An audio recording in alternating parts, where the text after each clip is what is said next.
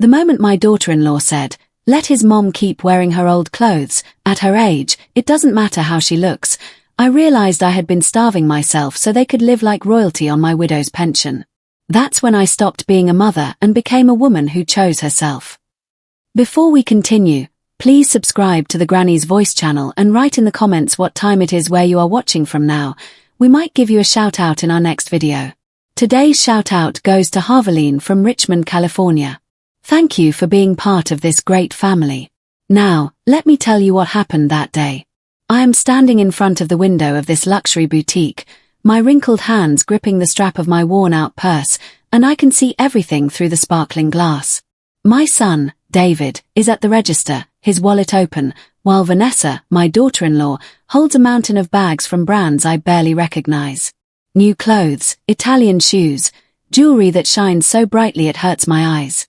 The saleswoman is scanning everything with that professional smile. The one they use when someone is about to spend a lot of money. I know exactly how much because I heard Vanessa say it half an hour ago when they left the house without telling me they were coming downtown. $25,000. $25,000 in a single day for a single person. I am 70 years old and my knees ache every morning when I get out of bed. I have a small 2-bedroom apartment where the walls still hold photos of when David was a child. And I was working 12 hours a day cleaning offices to pay for his schooling. I have my widow's benefits from Social Security that barely cover the electricity, the water, the groceries for the month. I have 3 dresses that I wear in rotation, all bought more than 5 years ago, mended by my own hands when they tear. And I have a son who hasn't looked me in the eyes for 2 years. Not since he married that woman who is right now laughing inside the store, her head thrown back as she shows something to the saleswoman and points in my direction. I didn't think they would see me. I stayed out here because David told me to wait at the coffee shop on the corner, that they were just going to do some quick shopping. But I finished my water and walked a bit to stretch my legs. And that's when I saw them go in here. Something made me stay.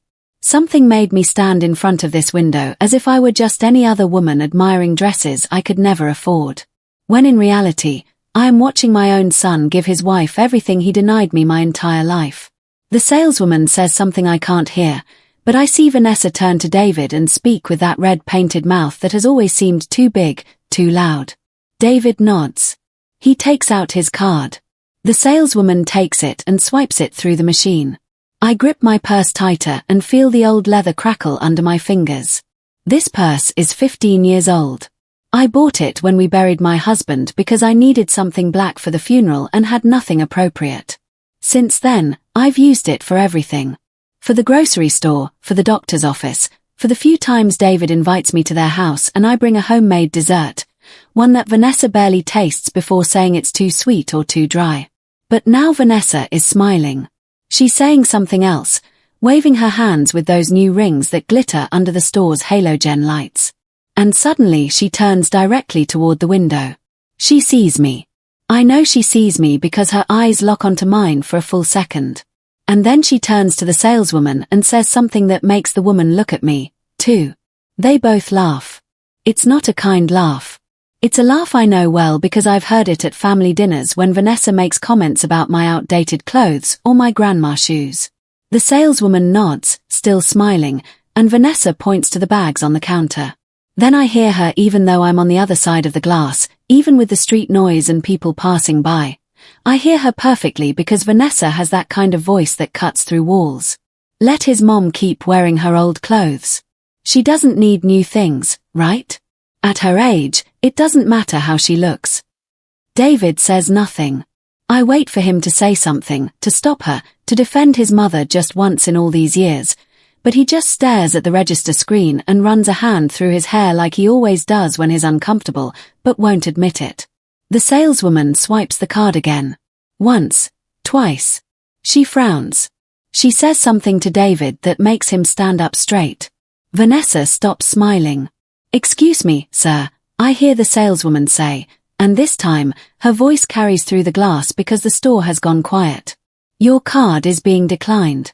Do you have another form of payment?" David pulls his phone from his pocket with the nervous haste of someone who doesn't understand what's happening. He taps the screen once, twice, and then I see his face change. I see the blood drain from his face.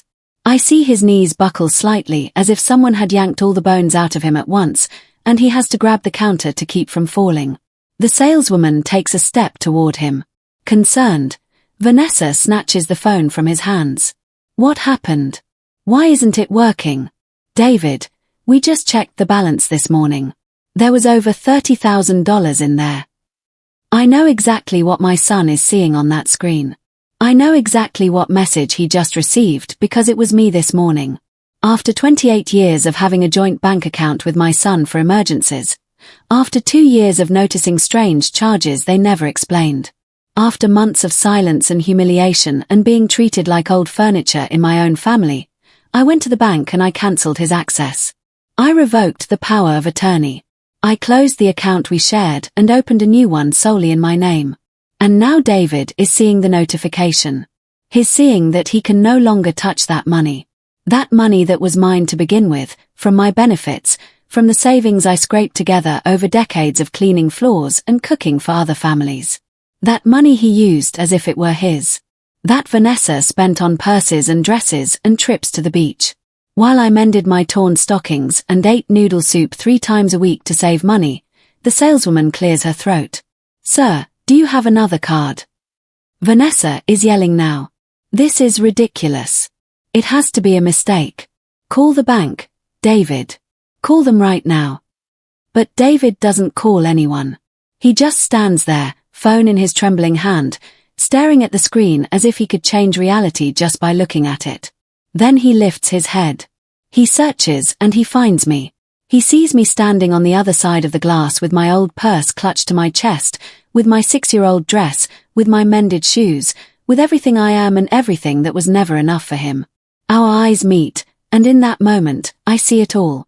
I see the boy I held in my arms when he was born. I see the teenager who promised he would always take care of me. I see the man who got married and forgot he had a mother. I see the shame. I see the fear. I see the understanding dawning. Slow and painful. I don't say anything.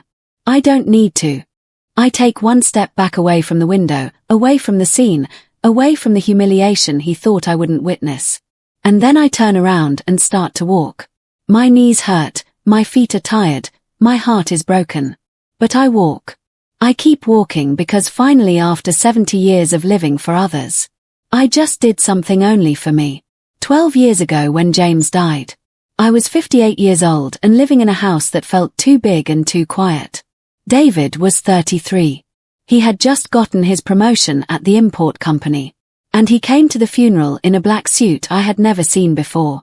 He hugged me at the cemetery and whispered in my ear, "Don't worry, Mom. I'll always be here for you." Always I believed him. God, how I believed him. The first few months after the burial were the hardest. The widow's benefits took almost 5 months to arrive. And in the meantime, I had to sell the old car James used for work, some tools he kept in the garage, and even the set of silver flatware my mother had given me when I got married. David came every Sunday. He brought me groceries, helped me pay the electric bill, and sat with me in the kitchen while I cooked, telling me stories about his job. Those were good times, even if they hurt. They were times when I still mattered. When the benefits finally started coming, it was $800 a month. $800 for everything: rent, electricity, water, gas, food, and the blood pressure medication I started needing after James was gone. I learned to live on it. I learned to buy the cheapest rice, to mend my clothes instead of buying new ones, to walk 6 extra blocks to the pharmacy where the medication cost $3 less. I learned to live alone, to cook for one, to sleep in a bed that felt as vast as an ocean. David kept coming on Sundays. He told me about his projects, his business trips, how the company was growing. I listened while I peeled potatoes or folded laundry, and I felt proud to have raised such a hard-working, successful man. One day, he arrived with papers from the bank. "Mom," he said, sitting at the kitchen table where I had helped him with his homework as a boy, "I want you to sign this.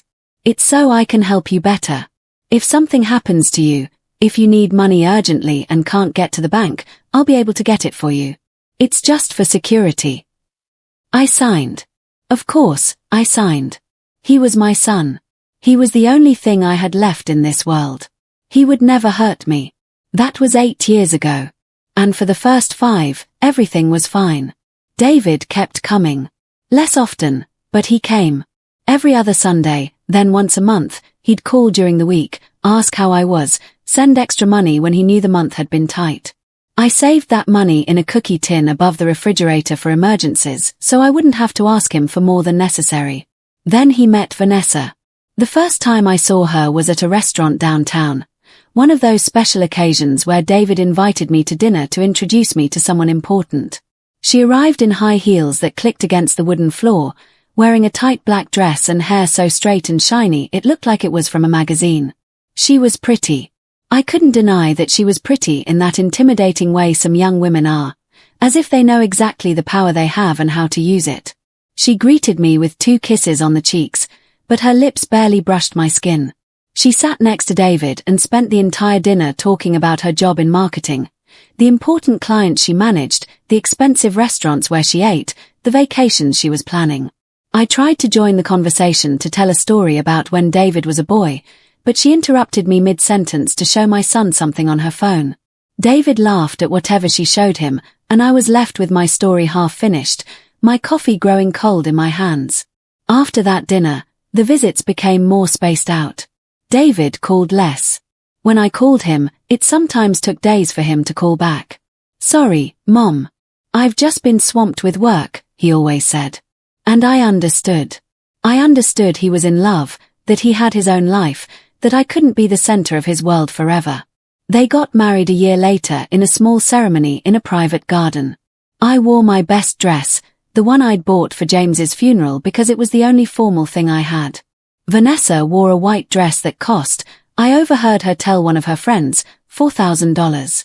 $4,000 for a dress to be worn only once. I thought about all the things I could do with $4,000. I thought about the months of rent that would cover. I thought about the times I'd had to choose between buying my medicine or buying meat for the week, but I said nothing. I smiled for the photos. I danced one dance with David. I told him I was happy for him, and I was truly. It's just that I was also sad. With that sadness, mothers know when we realize we are being replaced. After the wedding, everything changed. David and Vanessa moved into a condo in an upscale neighborhood with 2 bedrooms and a balcony. I went once when they invited me for a housewarming lunch. The condo was beautiful with new furniture and a kitchen full of appliances I had never seen in my life. Vanessa gave me the full tour, pointing out every expensive thing they had bought, every designer detail. I nodded, impressed, but also confused. How could they afford all this? David earned good money. I knew that. But this seemed like too much. It was on that visit that I started to notice the comments. Small at first, disguised as concern or jokes. "Oh, Margaret, you still have that sweater. I think it must be 10 years old." Or, "David, you should take your mom to get her haircut at a decent place, not that neighborhood salon." Comments that hurt, but that I let slide because I didn't want to cause problems, because I didn't want David to have to choose between his wife and his mother. The visits to my house stopped completely. I was always the one who had to go to them, taking 2 buses to cross the city, arriving with some dessert I had made with my own hands. Vanessa would receive it with that fake smile and put it in the kitchen, but she never brought it out during my visit. I found out later that she threw it in the trash as soon as I left. I started to notice things in my bank account. Small withdrawals at first. $50 here, $100 there. I thought they were mistakes. Or maybe I had forgotten some automatic payment I'd authorized. But then the withdrawals got bigger.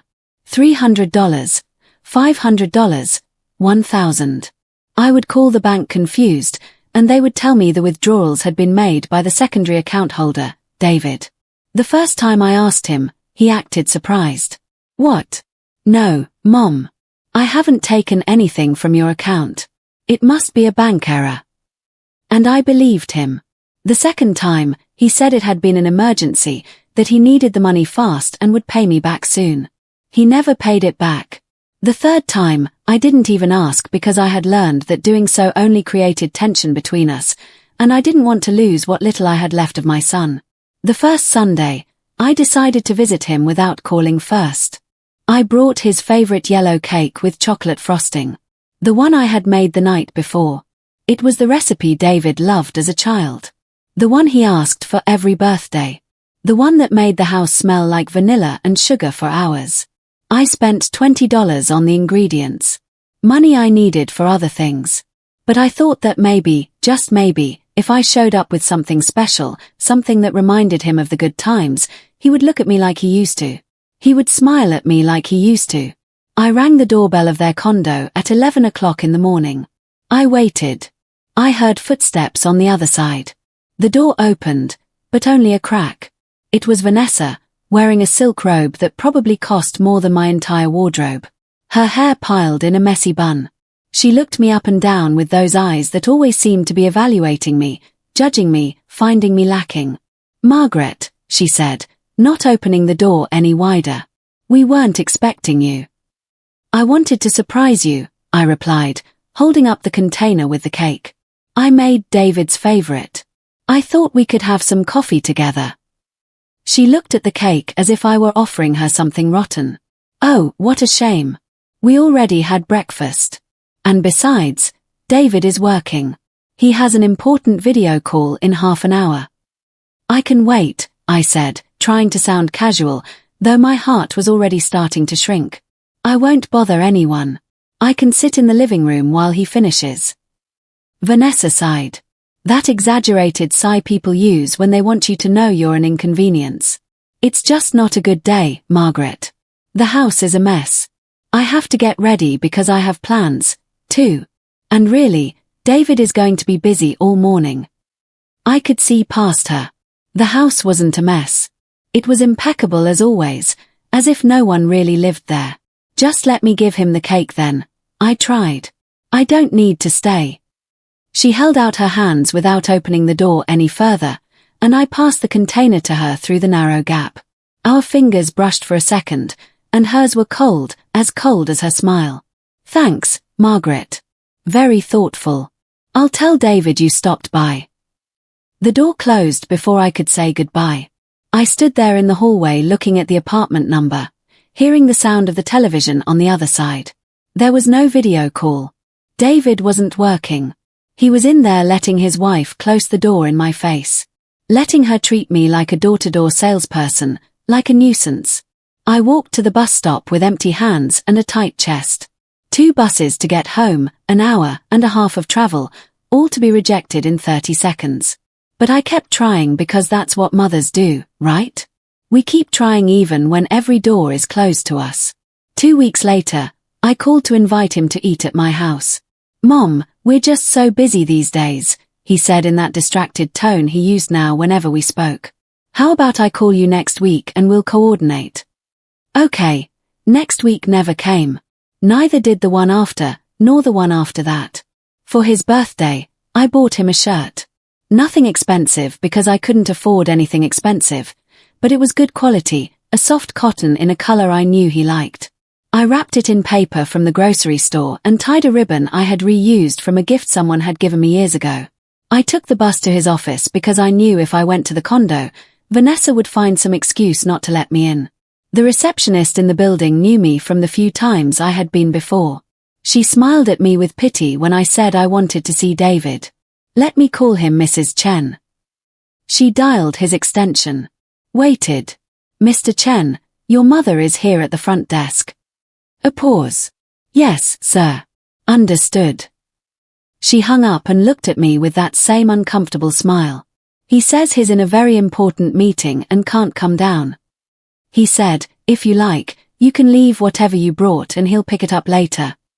I left the gift on the receptionist's desk. I never knew if David actually picked it up or if it ended up in the trash along with my cakes and my attempts to remain a part of his life. It was after that when I really started to notice.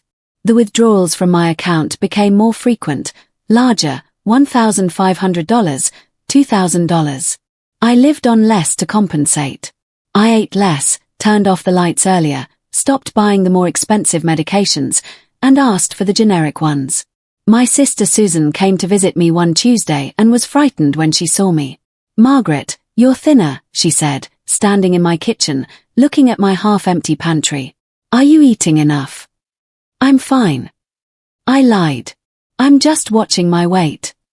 She didn't believe me. She's known me since she was born, 3 years after me. She knows when I'm lying. "Is it about David?" she asked, and I couldn't answer. I broke down right there in my old kitchen with my sister hugging me while I cried out everything I had held in for months. "He doesn't come by anymore, Susan. He doesn't call. And when I call him, he's always busy. He always has something more important to do.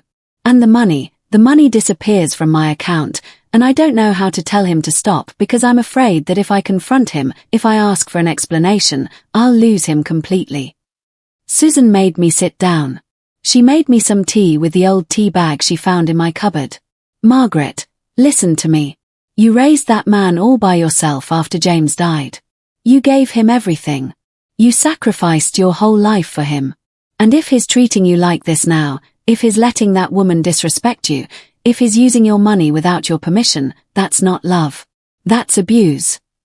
"He's my son," I said, wiping tears with the back of my hand. "He's all I have, and you are his mother," she replied with that firmness she's always had. "But being a mother doesn't mean disappearing. It doesn't mean letting them walk all over you. It doesn't mean living on the crumbs he's willing to give you." I knew she was right. But knowing something and having the courage to act on it are two completely different things. I tried one more time, one last time before everything shattered for good. I invited them both to dinner for the anniversary of James's death. I thought maybe that day, a day that had been important for our family, David would remember who he was, where he came from. I called Vanessa because David wasn't even answering my calls anymore. "A dinner," she said, and I could hear her doing something else while she talked to me, typing on a computer. Music in the background. I didn't even have her full attention. "Oh, Margaret, I don't think we can. We have so much going on that weekend." "It's the anniversary of his father's death," I said, and I hated how my voice sounded, pleading. "Just a quick dinner. I won't take up much of your time." There was a pause, more typing. "Look, I'll tell you what. I'll pencil it into the calendar and if we can make it, we will. But I'm not promising anything." They didn't come. That Saturday, I sat alone at my table with the food I had prepared for 3 people, staring at James's picture on the shelf, wondering at what point I had lost my entire family. It was a Thursday afternoon when I decided to go to the bank. I had checked my account online that morning and saw another withdrawal of $1,200. My benefits had arrived only 3 days ago, and already almost half was gone. I had $400 left for the next 3 weeks. $400 for food, for medicine, for the electricity bill they had threatened to cut off last month. The young woman at the bank helped me with professional kindness. I explained that I needed to review my account, that there were transactions I didn't understand. She checked her computer, typing with those perfectly manicured nails that made a rhythmic sound against the keyboard. "Mrs. Chen, all these withdrawals were made by Mr. David Chen, the secondary holder on your account. He's had full authorization for several years. He can take out any amount," I asked, though I already knew the answer. "Yes, When you signed the authorization, you gave him total access to the funds. He can withdraw, transfer, do whatever he needs with the money." I felt something break inside me. It wasn't surprise. It was confirmation. It was the truth laid out before my eyes with nowhere for me to hide from it. And if I wanted to remove that authorization, the teller looked at me with something approaching compassion. "You can do that whenever you like, You just need your ID and to fill out a form. Would you like to do that now?" I looked at the papers. As she started to pull out, I looked at my reflection in the glass of the teller window. An old, tired woman with grey hair I could no longer afford to dye every month. I looked at everything I had been and all I had left to be. "Not yet," I said finally. "Let me think about it." But I couldn't sleep that night. I lay awake staring at the ceiling, listening to my neighbor's sounds through the thin walls, thinking about how I had gotten here, thinking about all the times I had swallowed my pride, accepted the rejection, pretended not to notice when my own son was stealing from me, because that's what it was, stealing. It didn't matter that he had legal permission. That money was mine. It was my food. It was my medicine. It was my dignity. 3 days later, Susan called me excited. "Margaret, you have to come. I'm going to the mall with my friends from the knitting club. Come with us. It'll do you good to get out for a while." I didn't want to go. I wasn't in the mood to see stores full of things I couldn't buy. But Susan insisted so much that I finally agreed. I put on my best pants, the ones I only wore for special occasions, and a blouse that had once been white, but now looked rather grey from so many washes. The mall was full of people, families with children, young couples, groups of teenagers. Susan and her friends walked from store to store, trying on scarves, looking at shoes, laughing. I followed them in silence, feeling more and more out of place, more invisible. It was as we were leaving a home goods store that I saw them. David and Vanessa crossing the walkway toward one of those high-end boutiques with mannequins in the window and prices that don't have tags because if you have to ask, you can't afford it. My first instinct was to call out to him, to raise my hand, shout his name, run to him, but something stopped me.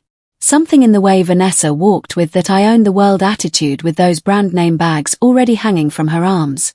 Something in the way David followed her like an obedient dog.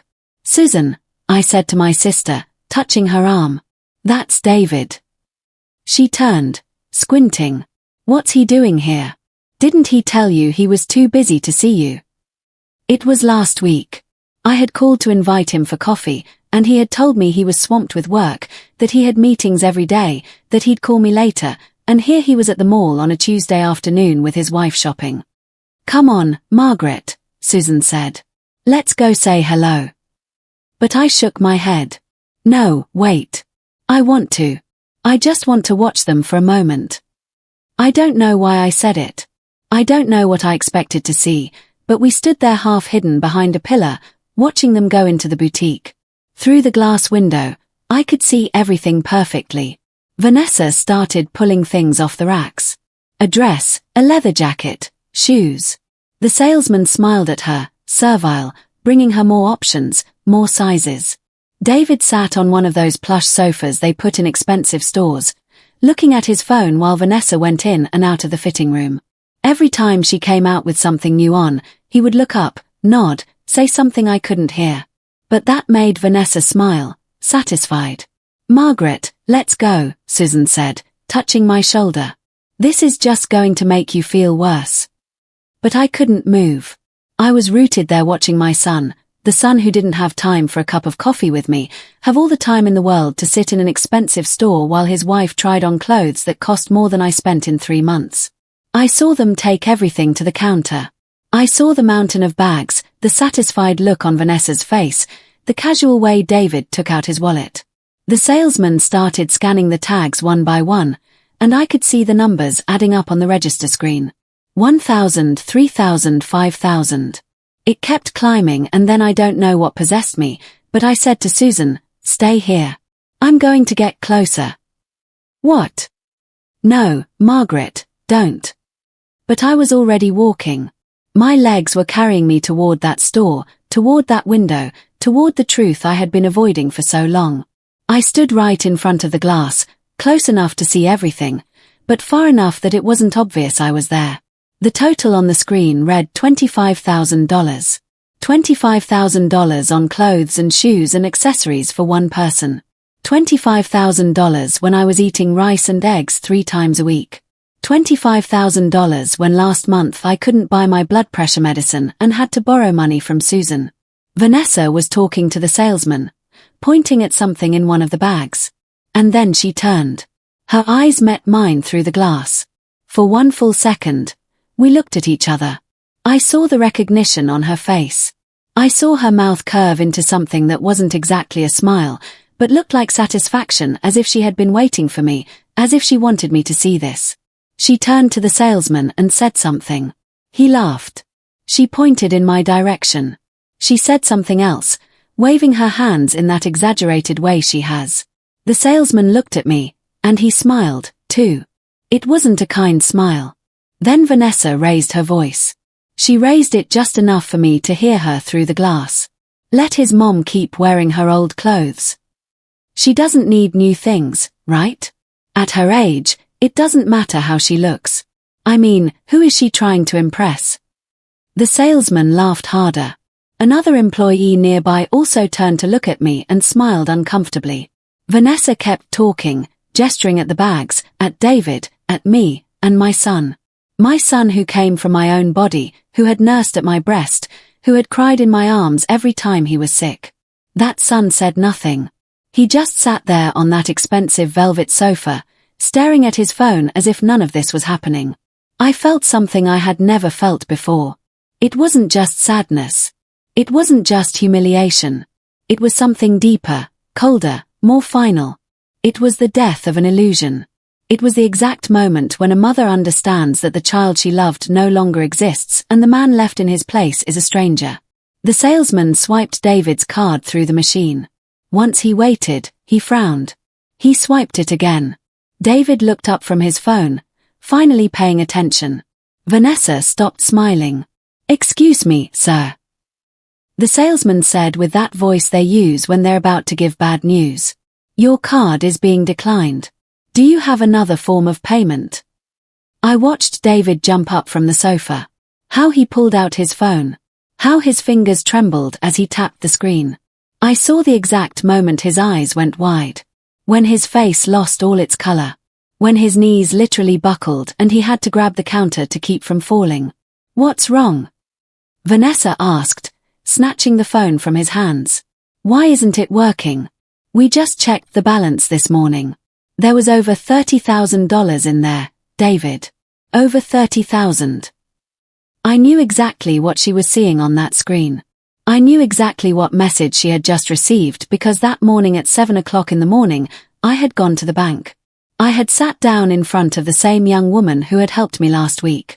I had taken out my ID with trembling hands and said, "I want to cancel my son's authorization. I want to close this account and open a new one solely in my name."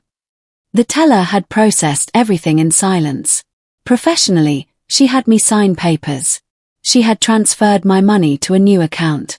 She had closed the old one, and when she finished, she handed me an envelope with the documents and said, "Your son will receive a notification immediately.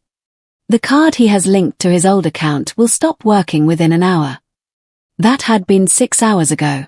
David was tapping his phone frantically, refreshing the bank app over and over as if that would change anything. Vanessa was screaming now. "This is ridiculous. It has to be a mistake. Call them, David. Call them right now." The salesman cleared his throat, uncomfortable. Other customers in the store were starting to turn. A young couple moved away discreetly. An older woman watched with poorly hidden curiosity. The scene Vanessa had so enjoyed creating to humiliate me was turning into her own humiliation. "Sir, if you'd like, you can try another card," the salesman suggested. "Or we can hold the merchandise for you while you resolve the issue with your bank." David finally looked up from his phone. And he saw me. He saw me standing on the other side of the glass with my old pants and my faded blouse and my 15-year-old purse. Our eyes met, and in that moment I saw everything I needed to see. I saw the understanding dawn on his face. I saw the fear. I saw the shame. I saw that finally he understood what he had done. Vanessa followed his gaze and saw me too. "What is she doing here?" she said, and her voice was half confusion, half something dangerously close to panic. "How long has she been standing there?" David didn't answer. He just kept staring at me, the phone still in his hand. The bank notification glowing on the screen. I could see the words from where I stood. "Account ending in times 2847 has been closed. Your access has been revoked." I took a step back, then another. People passed between us, shoppers with their bags, families laughing, couples holding hands. Normal life continued around this moment that for us changed everything. "Mom," I heard David say. His voice barely made it through the glass, but I heard it. "Mom, wait." But I didn't wait. I turned around and started to walk. My legs were shaking, but they held me. My heart was beating so hard. I felt like everyone could hear it, but I kept going. "Margaret," it was Susan running toward me, her friends behind her. "What happened?" What did you do? What I should have done years ago, I replied, and my voice sounded firmer than I expected. Behind me, I heard the store door open. I heard running footsteps. Mom, please. I didn't stop. I didn't turn around. I kept walking toward the mall exit with Susan at my side, holding my arm, with the weight of 70 years of living for others falling from my shoulders with every step. Margaret, Mrs. Chen. It was Vanessa now, her voice hysterical, her heels clacking against the mall floor. You can't do this. That money is David's, too. He has a right to it. I stopped just for a second, long enough to turn and see them both standing in the middle of the walkway, surrounded by shoppers who steered around them, becoming the spectacle they had made of me so many times. That money, I said, and my voice came out clear and steady, is my widow's pension.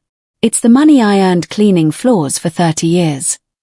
It's the life insurance money from my husband who worked himself to death to give us a future.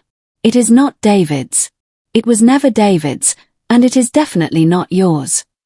Vanessa opened her mouth, but no sound came out. David looked like he'd been punched in the stomach. Around us, a few people had stopped watching.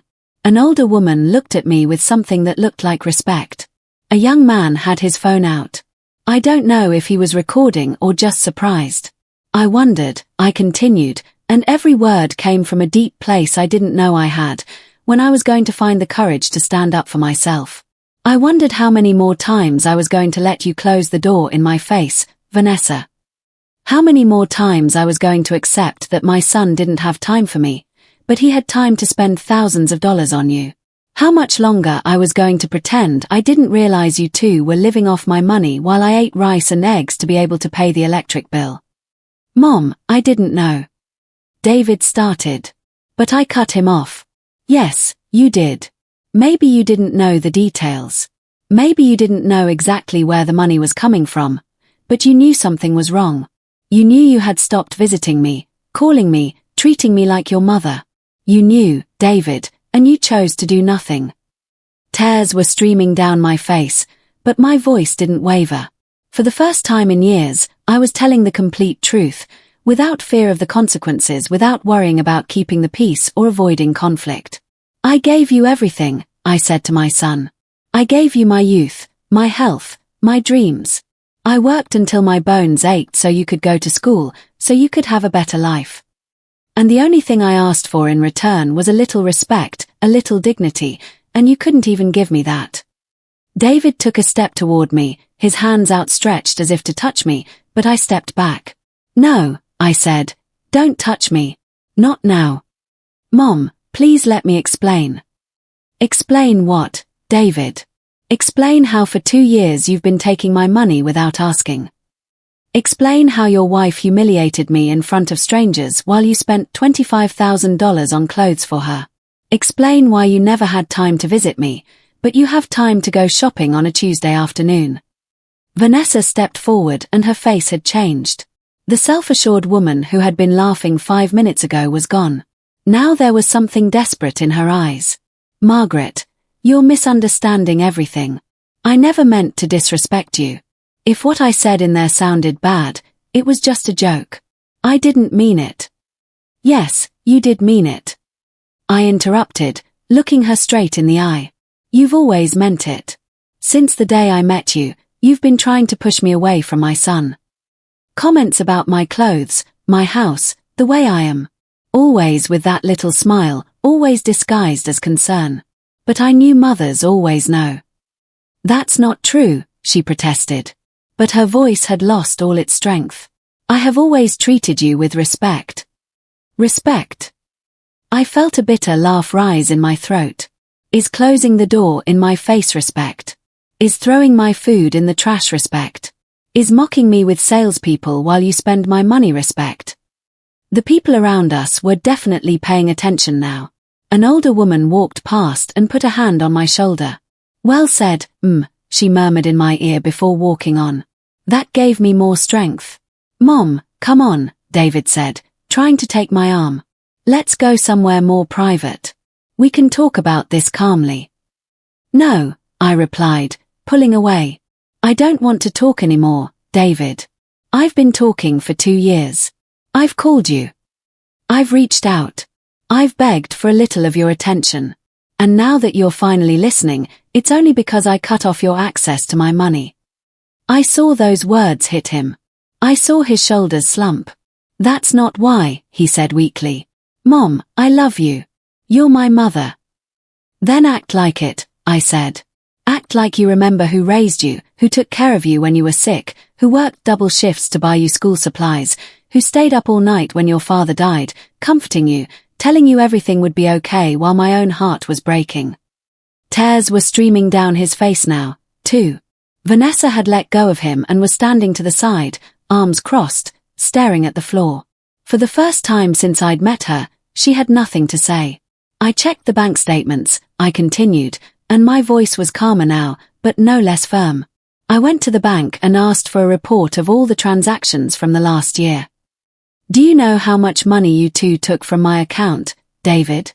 $43,000. $43,000 in 12 months.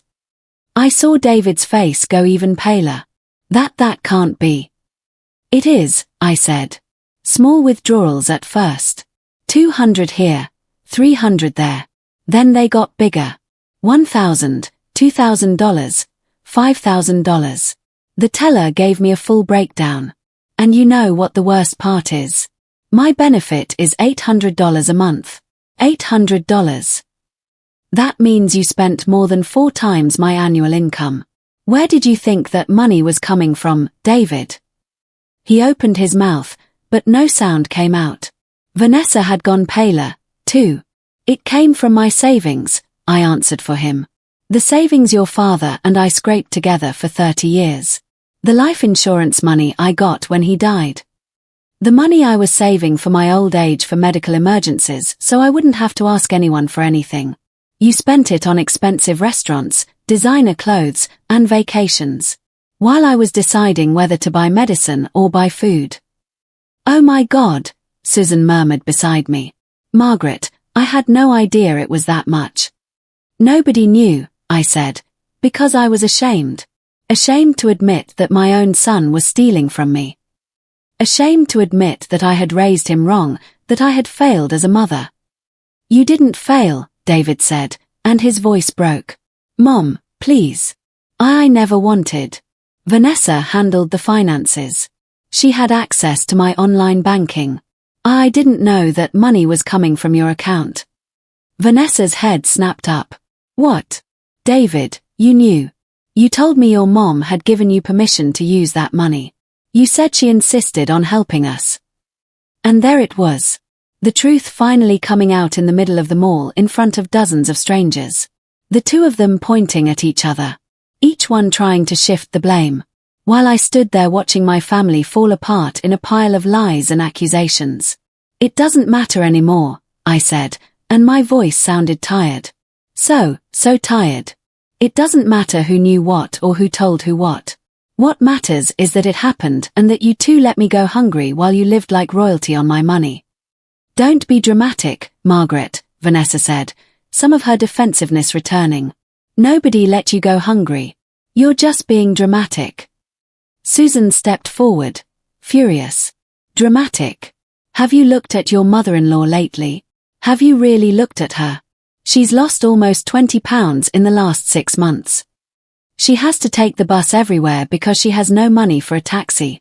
She's been wearing the same clothes for years because she can't buy anything new. And you call her dramatic?"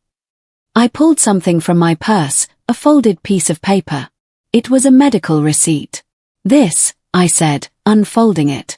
"This is from last month when I couldn't buy my blood pressure medicine because I couldn't afford it.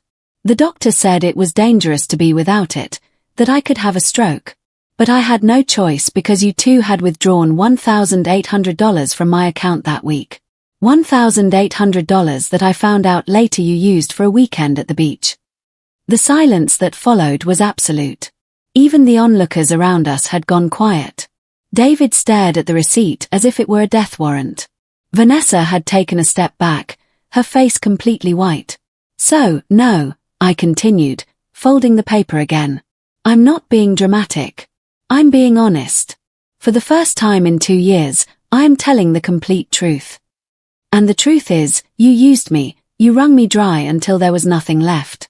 And when I finally stood up for myself, when I finally said stop, the only thing you cared about was that the easy money was gone. Mom, please, David said. And now he was crying openly. Please let me fix this. Let me make it up to you. I'll pay you back every cent. I swear.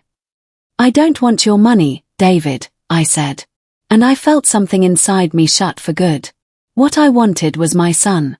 I wanted you to visit me. I wanted you to call me.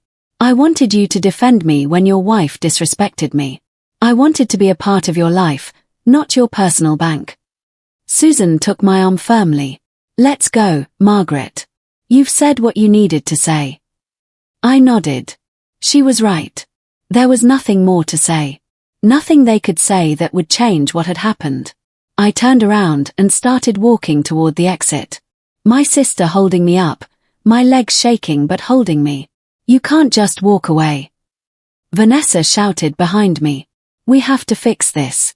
You can't just leave us like this. I didn't answer. I kept walking. I heard David call my name one more time, but his voice sounded distant, like it was coming from another life. Maybe it was. When we got out of the mall, the cool air hit my face and I felt like I could finally breathe. Susan led me to a bench outside the building and made me sit down. Breathe, sister, she said, kneeling in front of me. Breathe slowly. My hands were shaking. My whole body was shaking. It wasn't just from the confrontation. It was from everything. From the years of silence, the swallowed humiliations, the unrequited love, the lost dignity, finally reclaimed. It was too much. It was all at once. I did it, I whispered. Oh, God, Susan, I did it. I told him everything. You did, she confirmed, tears in her eyes. And I am so proud of you. So proud. I sat on that bench for I don't know how long, watching people pass by, watching families leave the mall with full bags, watching couples hold hands. Life went on. The world kept spinning, and I was there, feeling as if I had just been released from a prison I had built myself. My phone started ringing in my purse. I took it out. It was David. I looked at the screen, saw his picture, the one I had taken 5 years ago on his birthday when he still smiled at me. I let it ring until it stopped. It rang again. I turned it off. What are you going to do now? Susan asked. I don't know, I admitted. But I'm not going back to them. Not now. Not like this. Come to my house, she said immediately. Stay with me for a few days or as many weeks as you need. I've got the kids' old room free since they went to college. I wanted to say no, that I didn't want to be a burden, but I was so tired. So tired of being strong, of being alone, of pretending everything was fine. Are you sure? More than sure, she replied, squeezing my hand. Let's go right now. We'll stop by your apartment, you pack some things, and you come with me. And that's what we did. Susan called her friends to tell them to go on without her. And then she drove me to my apartment. We climbed the 3 floors to my door, and when I walked in, the place looked different, smaller, sadder, as if everything that had happened had changed, even the way I saw my own home. I pulled an old suitcase from the closet and started packing clothes. Not many. 3 dresses, some underwear, a sweater. Susan helped me, folding things carefully, not saying anything. I looked around, seeing the photos on the walls. David as a baby. David at his graduation. David on his wedding day. A whole life summarized in photographs that now hurt to look at. I grabbed my box of medications from the bathroom. My important documents from a drawer. The photo of James from the nightstand. That was all I needed. All that was really mine. Before leaving, I left a note on the kitchen table just in case David decided to come looking for me. I didn't know what to write, so I just put I'm okay. I need time. Don't look for me. I signed my full name, Margaret Chen, as if I were closing a chapter in a book. Susan's house was on the other side of the city, in a quieter neighborhood. She had lived alone since her husband died 4 years ago, in a 2-story house that had always seemed too big for one person. But when we walked in that afternoon, with my suitcase in my hand and my heart still racing, the place felt like a sanctuary. "This is your room," she said, opening the door to a room with cream-colored walls and a twin bed with a floral comforter. "The kids use this when they visit, but they hardly come by anymore. It's all yours for as long as you need it." I put my suitcase on the floor and sat on the bed. It was soft, comfortable. It smelled like clean laundry and that scent that well-cared-for homes have. I sat there looking at my wrinkled hands in my lap. And suddenly it all hit me. The full weight of what had happened, of what I had done, of what it all meant. I started to cry, not with dramatic sobs, but with that silent weeping that comes from the deepest part of the soul. Tears that just ran and ran without a sound, without possible comfort. Susan sat next to me and held me, and I cried on her shoulder like I hadn't cried since James died. "I lost him," I said through my tears. "I lost my son." "You didn't lose him," she replied, stroking my hair. "He lost himself. There's a difference." I couldn't sleep that night. I lay awake in that strange bed, in that room that wasn't mine, listening to the unfamiliar sounds of a new house. My phone was still off in my purse. I didn't want to turn it on. I didn't want to see the messages I knew would be there. At 3 o'clock in the morning, I went down to the kitchen. Susan was there making tea as if she knew I couldn't sleep. "I couldn't either," she said, handing me a mug. "I was thinking about everything that happened today." We sat at her kitchen table under the soft light of the lamp over the stove, drinking chamomile tea. Outside, the city slept. Inside, two sisters tried to understand how it had come to this. "Do you think I did the right thing?" I finally asked. Susan looked at me over her mug. "Do you think you did the right thing?" I thought about it. I thought about the years of silence, of accepting crumbs, of being invisible. I thought about the times I had swallowed my pride, had pretended not to see, had chosen peace over my own dignity. And I thought about today, about seeing myself standing in front of that store, watching them spend my money while they mocked me, about the feeling of finally saying enough. "Yes," I said. "I think I did." "Then you did the right thing," she confirmed. It wasn't easy, but it was right. I spent 3 days at Susan's house without turning on my phone. 3 days of waking up in that strange bed, of drinking coffee in her kitchen, of watching television without really seeing anything. 3 days of feeling my body process the trauma of years of emotional abuse. Susan didn't push me. She let me be, made me food, sat with me when I wanted company, and left me alone when I needed silence. It was exactly what I needed. Someone who understood that healing takes time, that not everything is fixed with an apology or an explanation. On the 4th day, I finally turned on my phone. 47 missed calls, 32 text messages, all from David, none from Vanessa. I read some of the messages with my heart pounding. "Mom, please answer. I need to talk to you. Mom, I'm so sorry. I didn't know things were this bad. Please tell me where you are. I'm worried. I went to your apartment and you're not there. Aunt Susan isn't answering either. Please just tell me you're okay. Mom, I love you. I know I haven't shown it, but I love you. Give me a chance to fix this." I deleted all the messages without replying. I wasn't ready. Not yet. Susan came into my room with 2 cups of coffee. "You turned it on." I nodded. 47 calls. "Are you going to answer him?" "I don't know what to say," I admitted. Part of me wants to run back, hug him, tell him everything is fine. But I know it's not fine, and I know if I go back now without anything really changing, I'll end up exactly where I was. "Then don't go back," Susan said, sitting in the chair by the window. "Stay here. Take the time you need to heal, to think, to decide what you really want." "I can't stay here forever," I protested. "This is your house, your space." "It is my house," she agreed. "But you're also my sister. And after everything you've been through, you deserve a place where you feel safe, where you don't have to wonder if someone is going to disrespect you or use your money without permission." That afternoon, while Susan was out running errands, I was alone in the house. I walked through the rooms looking at the photos on her walls. Susan had pictures of her children, her grandchildren, her late husband. They all showed genuine smiles, real hugs, love you could see, even through the glass of the frame.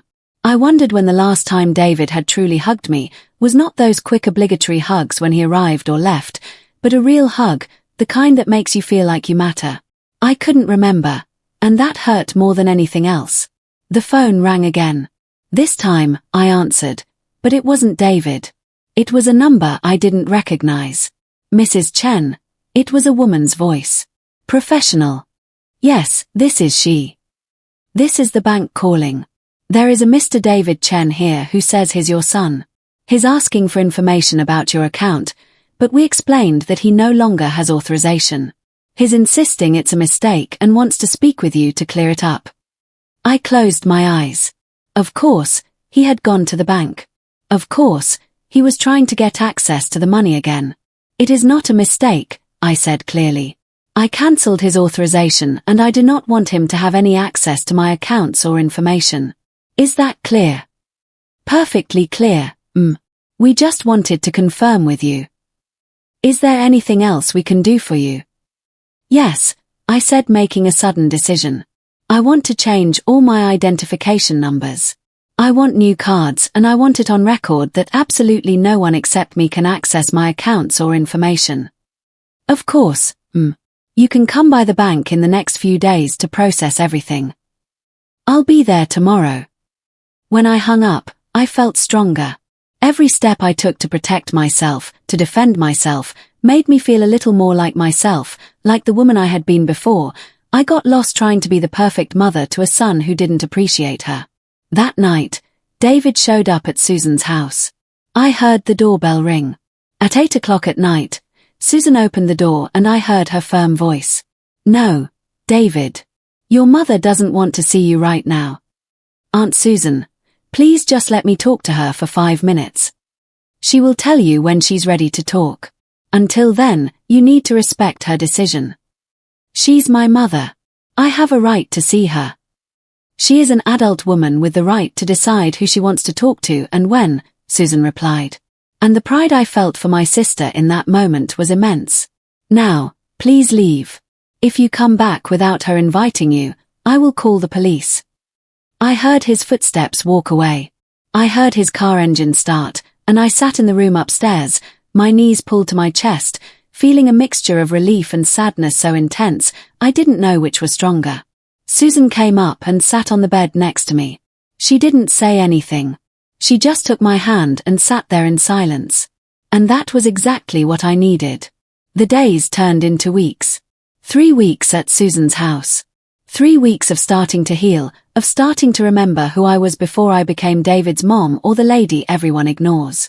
I started helping Susan around the house, cooking with her, watching movies in the afternoons. I started to remember what it was like to have conversations where someone actually listened to what I was saying. One morning, we were having breakfast when Susan said, "There's a woman in my knitting group who's looking for a roommate. It's a small but nice apartment, and the rent is reasonable. Do you want me to ask her about it?" The idea surprised me. "Are you trying to get rid of me?" "No," she said quickly. "But I know you need your own space eventually. And I thought maybe sharing with someone would be good for you, so you're not alone. But you're not dependent on me either." She was right as always. "Ask her," I said. "It can't hurt to meet her." That evening, David called again. This time, I answered. "Mom." His voice sounded hoarse as if he had been crying. "Thank you for answering." "What do you want, David?" "I need to see you. I need to explain everything, please." I took a deep breath. "All right. But it will be on my terms in a public place and Susan is coming with me. Whatever you say, wherever you say, whenever you say." We arranged to meet at a coffee shop downtown 2 days later. It gave me time to prepare mentally to decide what I wanted to say, what I needed to hear from him, to even consider any kind of relationship in the future. The day came. Susan came with me, sitting at a nearby table, but giving us space. David arrived on time, and when I saw him walk through the door, I almost didn't recognize him. He looked thinner with deep dark circles under his eyes. His suit wrinkled. He looked destroyed. He sat across from me, not knowing where to put his hands. "Mom, I don't know where to start," he said, his voice trembling. "Start with the truth," I said. "The whole truth. No excuses." And so he talked. He told me how Vanessa had taken control of their finances from the beginning of their marriage. How she had told him I'd insisted they use my money, that I'd said I wanted to help them. How he in his stupidity had believed her without ever asking me directly. How bit by bit she had isolated him from me with subtle comments, with complaints every time he mentioned visiting me. "But I let her," he said, tears streaming down his face. "That's the worst part. I let her. I saw how she treated you and I did nothing. I chose my own comfort, chose not to have problems at home over defending my own mother." "And now?" I asked, "why do you want to fix it now?" "Because I lost her," he said. "Vanessa. When she found out we didn't have access to your money anymore, when she realized we would have to live on just my salary, she changed. She became furious. She said horrible things. And then she left. She left me. It turns out she had found someone else, someone with more money, and she had been seeing him for months behind my back." Part of me wanted to feel satisfaction hearing that. But what I felt was sadness. Sadness that my son had to lose everything to finally open his eyes. "I'm sorry you went through that," I said, and I meant it. "But David, do you realize that you only came looking for me after she left you? Do you realize that if you were still together, you would still not be calling, not be visiting, not caring if I was eating or not?" He opened his mouth to protest, but he stopped because he knew it was true. "I checked my finances," I continued. "I pulled everything, not just the last year, the last 5 years. Do you know how much you both took in total? $123,000. $123,000. That was for my old age. For medical emergencies, for some security." David covered his face with his hands. "Oh my God, Mom. I didn't know it was that much. I swear I didn't know." "But you knew something was wrong," I said. "You knew I lived on very little. You knew I wore the same clothes year after year. You knew I had stopped inviting you over to eat because I couldn't afford the groceries. You knew, David. You just chose not to see it." The silence between us was heavy, filled with years of pain and truths finally spoken. David was crying openly now, not trying to hide it. And part of me, the part that would always be his mother, wanted to comfort him. But I stayed still because he needed to feel this pain. He needed to fully understand what he had done. "Is there anything I can do?" he finally asked, wiping his eyes with the back of his hand. "Anything to make it up to you? To show you that I've changed? That I understand what I did?" "The money doesn't matter anymore," I said. And it was true. What you took from me isn't measured in dollars. You took my dignity. You made me feel invisible. You made me believe I wasn't worth anything more than what I could give you. "You're worth everything, Mom," he said, reaching his hand across the table. But I didn't take it. "You're the strongest woman I know." And I was an idiot. An idiot who didn't value what he had until he lost it. "Yes, you are an idiot," I agreed, not softening the words. "And I don't know if I can ever fully forgive you. I don't know if our relationship can ever be what it was." "I understand," he said, pulling his hand back. Just give me a chance to show you I can change. I'm not asking you to come back into my life like nothing happened. Just give me a chance to earn your trust again." I looked at him. I saw the boy I had raised, the teenager who had promised to always take care of me. But I also saw the man who had betrayed me, who had abandoned me, who had chosen comfort over real love. "If you are going to be in my life," I said slowly, "it's going to be on my terms. I will not be disrespected ever again. I will not accept crumbs of attention when it's convenient for you. And I will absolutely not be giving you access to my money ever again." "Whatever you say," he replied quickly. "Whatever you need." "I need time," I said. "I need to see actions, not words. I need you to understand that trust is earned, not given." He nodded, wiping his tears again. Can I call you?" From time to time, you can try, but if I don't answer, you're going to have to respect that. If I tell you I need space, you're going to give it to me. Do you understand? Yes, Mom. I understand. We sat for a while longer, drinking lukewarm coffee, not saying much else. There wasn't much else to say. Everything important had been said. When I stood up to leave, David stood up, too. Can I hug you? He asked, his voice trembling. I thought about it for a moment. Then I nodded. He hugged me tight but careful, as if he was afraid I would break or as if he was afraid I would pull away. I let him hug me, but I didn't return it with the same intensity. I wasn't ready for that yet. When we separated, he had tears in his eyes again. I love you, Mom. I know, I said. And I meant it. I knew he loved me. The problem was his love had been selfish, conditional, convenient, and I deserved more than that. The months that followed were about rebuilding, not my relationship with David, but my relationship with myself. I moved into the apartment Susan had mentioned, sharing it with a 65-year-old woman named Patricia, who turned out to be a perfect roommate. She was quiet, respectful, and understood what it was like to start over in your senior years. I got a part-time job at a local thrift shop.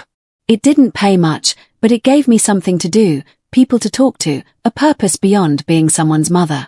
The women who work there adopted me into their group, inviting me to their lunches, their knitting circles, their trips to the movies. David called every week. At first, I didn't answer much, but slowly I started to pick up short conversations, superficial. He told me about his work, about how he was reorganizing his life after the separation.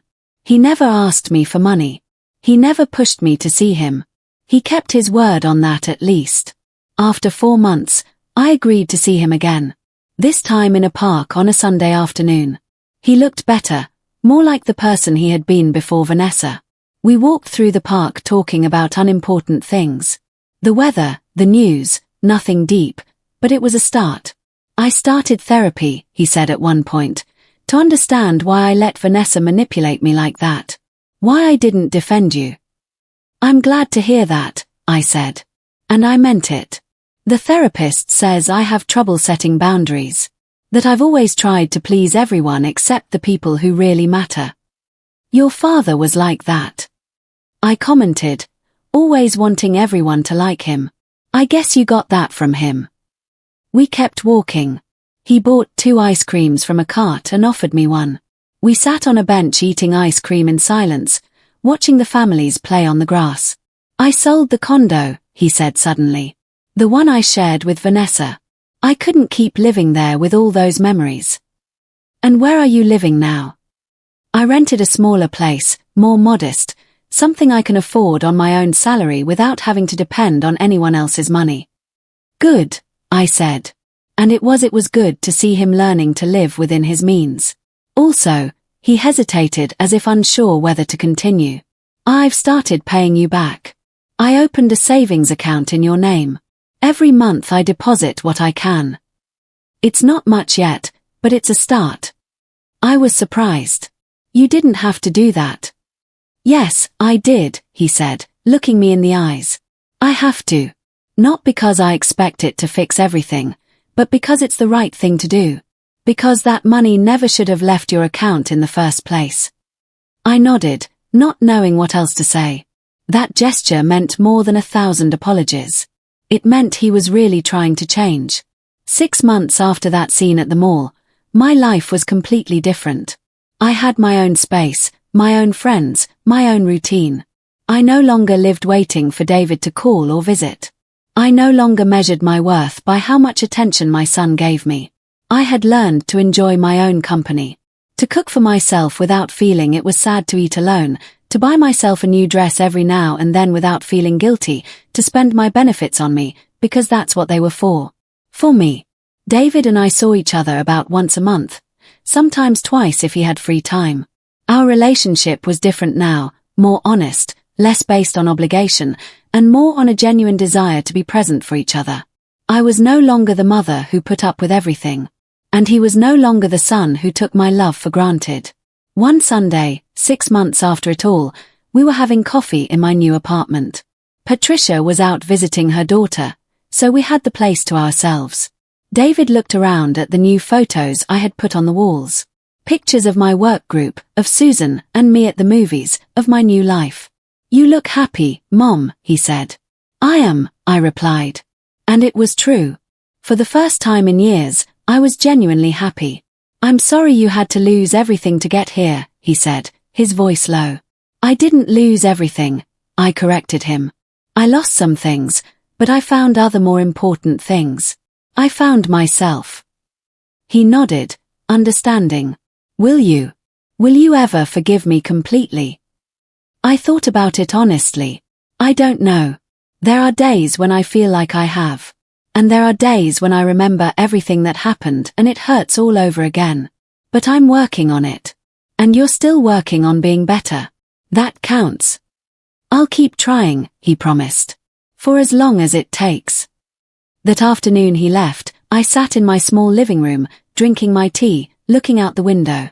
I thought about the long road I had traveled, about the woman I had been, frightened and alone, allowing myself to be treated as invisible, and about the woman I was now, with her own voice, her own boundaries, her own life.